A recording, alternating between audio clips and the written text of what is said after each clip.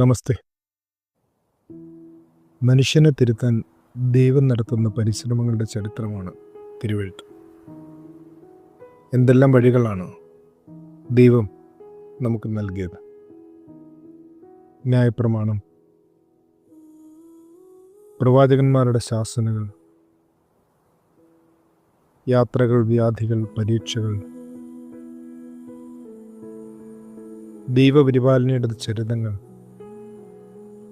യുദ്ധങ്ങൾ, വിജയപരാജയങ്ങൾ, പലതരം അടയാളങ്ങൾ എന്നിങ്ങനെ എന്തെല്ലാം ശ്രമങ്ങൾ.